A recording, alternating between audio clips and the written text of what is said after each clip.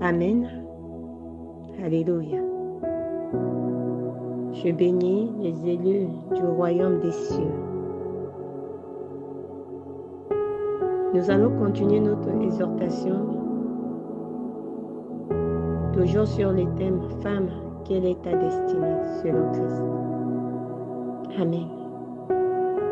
Nous allons prendre notre livre, notre Bible, dans le livre des rois, chapitre 17. Nous allons commencer verset 9. Je lis la parole. « Lève-toi et va à Sarepta, qui appartient à Sidon, et tu y demeureras. Voici que j'ordonne là-bas à une veuve de te donner à manger. » Il se leva et alla à Sarepta.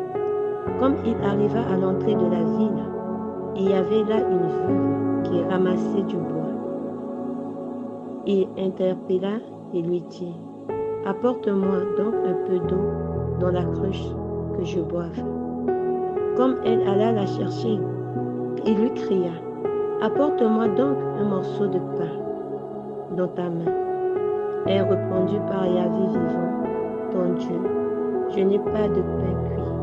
Je n'ai qu'une poignée de farine dans une jarre et un peu d'huile dans une cruche. Je suis à ramasser 2 bouts de bois et je vais préparer cela pour moi et mon fils. Nous mangerons et nous mourrons. » Mais Élie lui dit, « Ne crains rien, va faire comme tu dis. Seulement prépare-moi d'abord une petite galette que tu m'apporteras. Tu en feras ensuite pour toi et ton fils, car Yahvé, ainsi parle Yahvé, Dieu d'Israël. Jarre de farine ne s'épuisera, couche d'huile ne se videra, jusqu'au jour où Yahvé enverra la pluie sur la terre. » Elle alla et fit comme avait dit Élie, et ils mangèrent, elle, lui et sa maison, pendant longtemps. La jarre de farine ne s'épuisa pas, et la cruche d'huile ne se vide pas, selon la parole que Yahvé avait dite par le ministère d'Élie. Alléluia. Je prie ce soir que Dieu te localise là où tu te trouves, ma sœur. Je prie que cette parole, le miracle que Dieu a fait dans la maison de cette femme, de cette veuve, soit dans ta maison. Cette femme, elle est sortie parce qu'il y avait la famine. Elle est sortie chercher du bois pour aller préparer une petite galette pour survivre peut-être 2-3 jours, une semaine. Elle sait qu'elle va mourir parce qu'elle n'en avait plus. Elle n'avait pas de réserve. Cette petite quantité de la farine qu'elle avait, au vu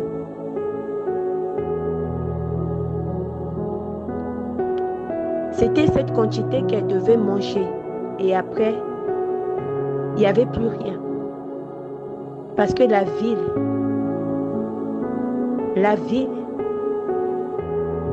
était frappée. Mais le prophète Élie est venu. Dieu a localisé cette femme. Amen. Parce que cette femme n'avait personne. Elle n'avait pas de mari. Elle vivait qu'avec son petit garçon. Mais Dieu va lui envoyer un homme qui va remplacer son mari. Un homme qui va venir bénir en abondance ce petit farine et l'huile qu'elle possédait. Amen.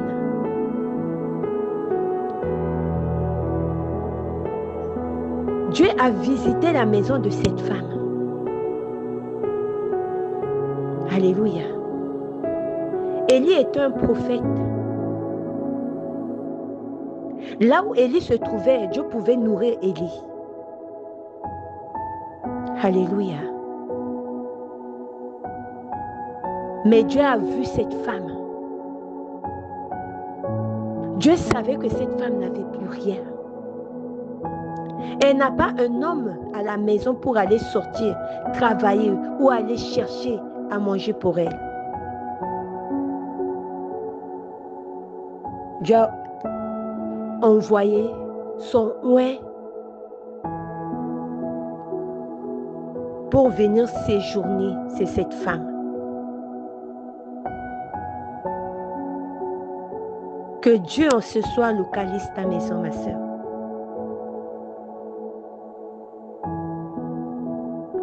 Ce que tu attends, que le Seigneur ouvre les sépulcres du ciel, qu'il envoie les anges pour te servir.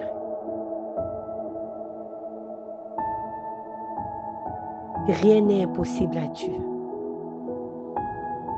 Cette femme est sortie chercher du bois. Elle-même, elle ne savait pas que celui qui lui demandait de l'eau pouvait opérer ce miracle dans sa maison.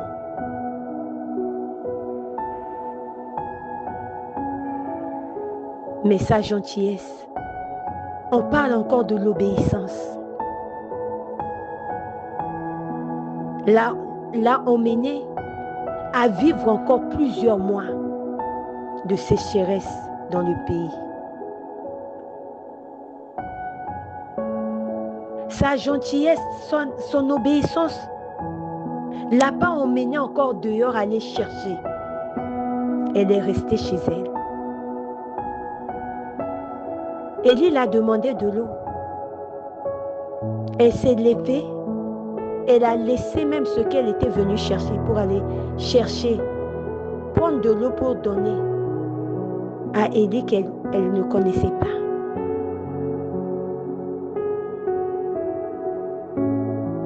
Alléluia.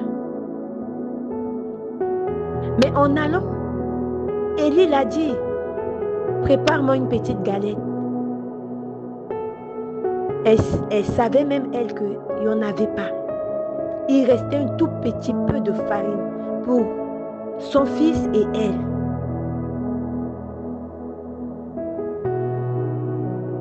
Elle a dit à Élie, j'ai que ça. Mais je sais que quand je vais préparer, après, nous allons manger et on va rester là pour mourir. Parce qu'il n'y a personne pour nous aider. Alléluia.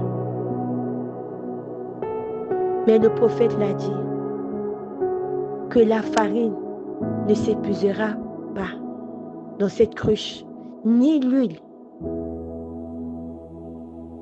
Va faire ce que je te demande, amène-moi à manger.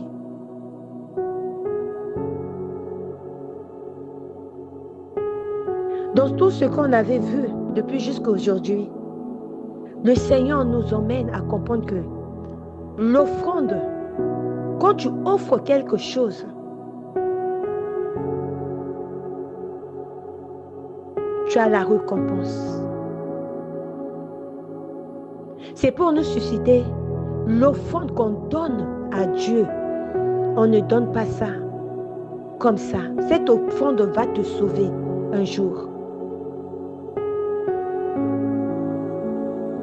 Cette femme, malgré qu'elle n'en avait pas, mais elle est partie faire ce que le oint de Dieu l'a dit. Elle a ramené ça. Elle a donné à Élie. Élie a séjourné chez cette femme.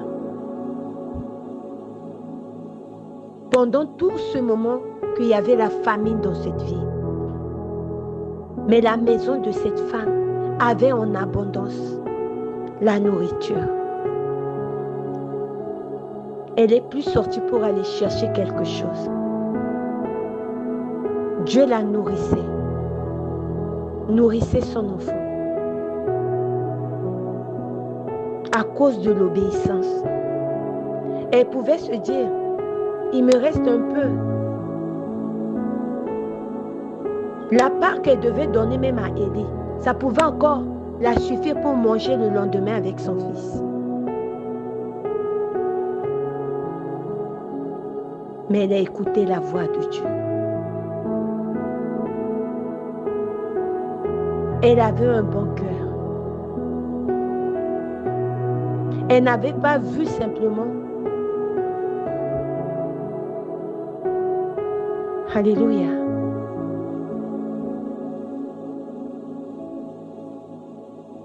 Son problème à elle. Mais elle savait que ce monsieur aussi était dans le besoin. Ce qu'elle n'avait pas, ce monsieur aussi avait besoin de manger quelque chose. Elle a préparé pour donner à lui. Et le miracle commence à se faire dans sa maison.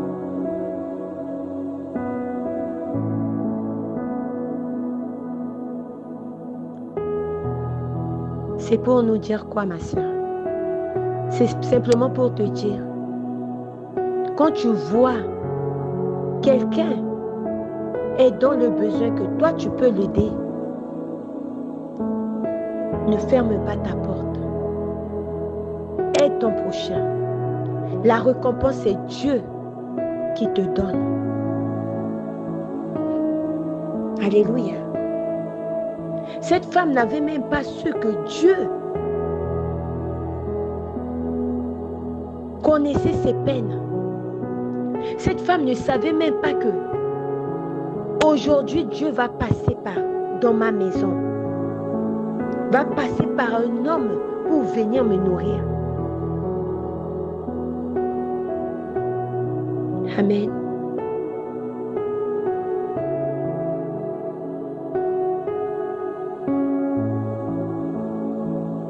Et c'est parce qu'elle était obéissante. Et sa maison est restée en vie jusqu'à ce que la pluie est tombée.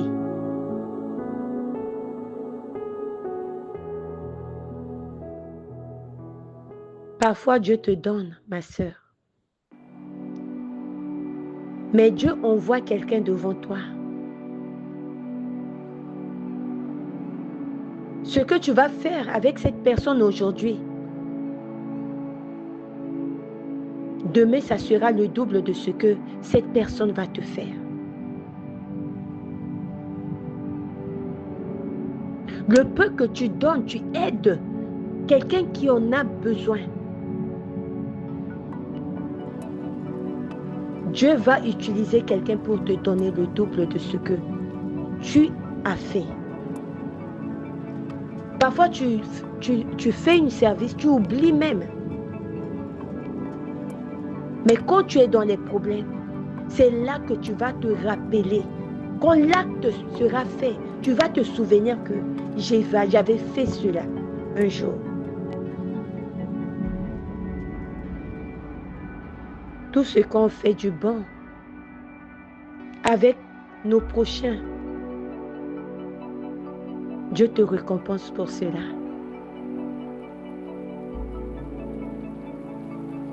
Alléluia. Parfois, Dieu fait passer quelqu'un vers toi, mais il sait pourquoi il a fait passer cette personne. Parfois, cette personne est venue pour t'éprouver, éprouver ta foi. Parce que Dieu veut ouvrir ta porte pour te bénir puissamment. Mais cette personne est venue. Dieu l'a dirigée vers toi pour t'éprouver. Alléluia. Si on continue cette récit, l'enfant de cette femme, alléluia, était décédé quand Élie était chez elle. Qu'est-ce qu'elle a dit à Élie? Qu'est-ce que je t'ai fait, homme de Dieu? Tu es venu rappeler à Dieu mes péchés? Pourquoi, au moment de la famine, pourquoi son enfant n'était pas mort? Dieu l'a nourri. Cet enfant pouvait mourir. Alléluia. Au moment de la famine. Parce qu'elle n'en avait pas de quoi lui donner à manger. Mais l'homme de Dieu est venu. Il a opéré un miracle. Et ils ont mangé à leur faim. Mais c'est dans ça que Dieu va éprouver sa foi. Son fils tombe et meurt. Amen. Cette femme, Dieu l'a éprouvée encore. Quand son enfant est mort, elle s'est retournée vers Élie pour lui dire, qu'est-ce que je t'ai fait? Alléluia.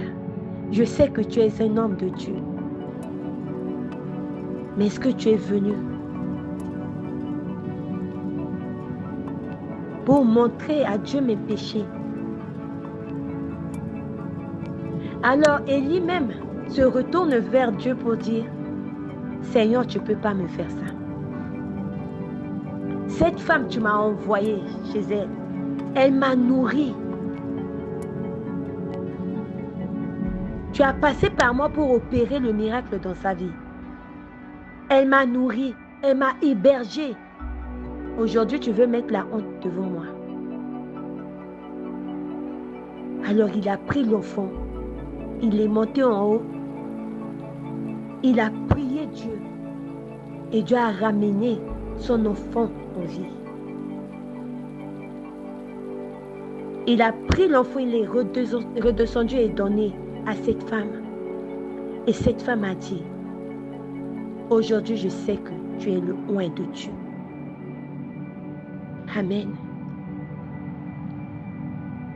Mes sœurs,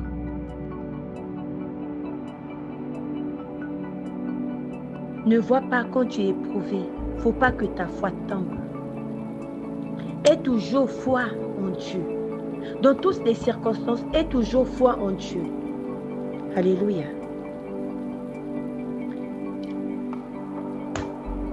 Aie toujours foi en Dieu. Le Seigneur avait dit dans sa parole, quand j'étais malade, vous n'êtes pas venu me voir. Quand j'étais en prison, vous n'êtes pas venu me voir.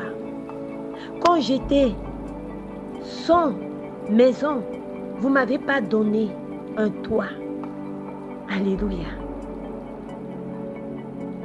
Et beaucoup diront, Seigneur, quand tu étais malade que nous ne sommes pas venus te voir, le Seigneur a dit, si tu fais cela à un de ses enfants, c'est à moi que tu fais.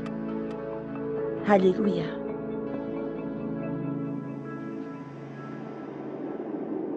Cette femme a accepté le oint de Dieu dans sa maison. Et Dieu l'a béni. Dieu a ressuscité son fils. C'est pour nous dire, Dieu peut envoyer n'importe qui devant toi, ma sœur.